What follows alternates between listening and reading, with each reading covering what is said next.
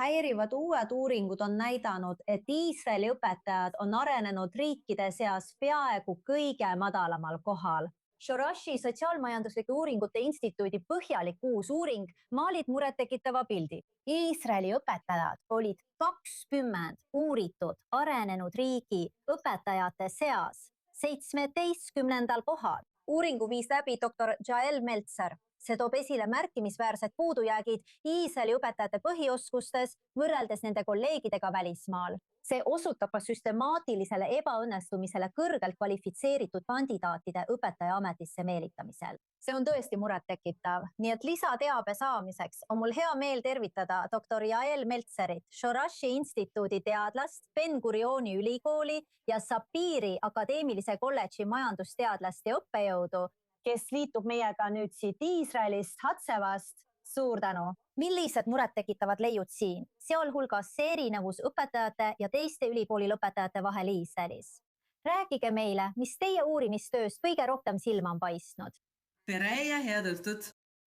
Ja mis kohe silma paistab on see, et Iisraeli õpetajatel on madalamad kognitiivsed oskused kui enamikus uuringus osalenud OECD riikide õpetajatel. Aga kõige silmatorkavam minu jaoks oli lõhe, mis on olemas Iisraelis endas.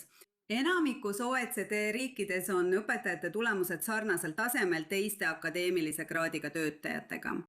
Iisraelis on aga akadeemilise kraadiga õpetajate oskuste tase tegelikult madalam kui teistel akadeemilise kraadiga töötajatel.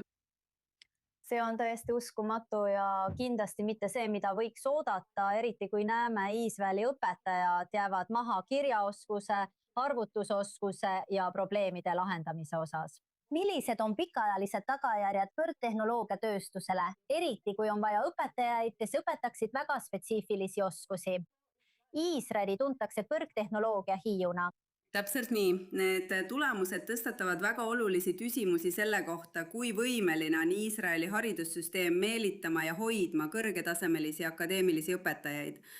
Üks põhjusi on õpetajate tasustamise viis. Iisraeli tööturul käib väga tugev konkurents oskustöötajate pärast ning töötuse määr on üsna madal. Samal ajal on Iisrael noor riik, kus on palju lapsi ja seetõttu ka väga suur nõudlus õpetajate järele. Probleem seisneb selles, et avalikus sektoris, kus töötab enamik õpetajaid, põhinevad palgad formaalsel haridusel ja töökogemusel. Ja erasektoris on seevastu palju tugevam seos oskuste ja teenitava tulu vahel. Seega võib kõrgelt kvalifitseeritud töötajatele erasektor pakkuda nende oskuste eest suuremat rahalist tasu. Teised tegurid võivad olla madalad sisseastumisnõuded ning tugevad õpetajate ametiühingud, mis võimaldavad sobimatutel õpetajatel süsteemi jääda. See on tõepoolest väga murettekitav ja üllatav kuulda, eriti kui räägite ka teadusest, tehnoloogiast, inseneriteadustest ja matemaatikast. Mis nüüd nende leidudega edasi saab? Kuidas jõuavad need otsustajateni, kes saavad midagi muuta, motiveerida, lahendada probleeme, millele te viitasite näiteks palkadega? Kes hakkab teie leide riigi jaoks praktiliseks lahenduseks muutma? Peamine õppetund on see, et meil on kiire vajadus parandada õpetamise kvaliteeti. Edaspidi peaks haridussektor esmalt muutma koolituse ja vastuvõtu mudelit. Me peame tõstma õpetajaks saamise vastuvõtu nõudeid. Teiseks, tasustamise reformimine. Me peame kaaluma tasustamismudeleid, mis loovad tugevama seose oskuste ja palga vahel. Ja lõpuks peame keskenduma suurimatele puudujääkidele.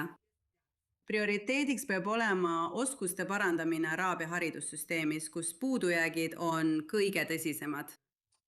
Aga kuidas oleks kampaaniatega, mis julgustavad lapsi tahtma suureks saades saada headeks õpetajateks? Kuidas see välja näeb?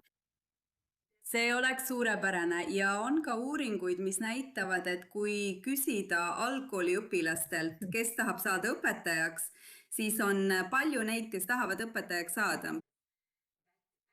Aga nagu ma ütlesin, on Iisraeli tööturg väga pingeline ja kõrgema kvalifikatsiooniga akadeemilistele inimestele on palju võimalusi väljaspool õpetajaametit. ja kui me tahame muuta õpetaja ametit võimekatele akadeemikutele atraktiivsemaks,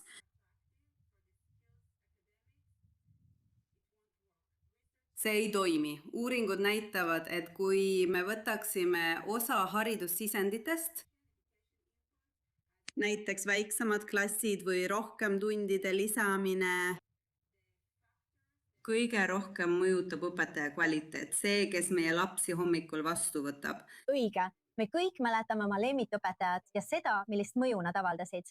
Doktor Jael Meltser, aitäh teile väga teie aja eest ja soovime teile palju edu. Ma tõesti loodan, et teie tulemused jõuavad õigete ametiasutusteni, kes saavad midagi ette võtta ja muutust tuua. Aitäh, et olite meiega saates The Rundown. Aitäh!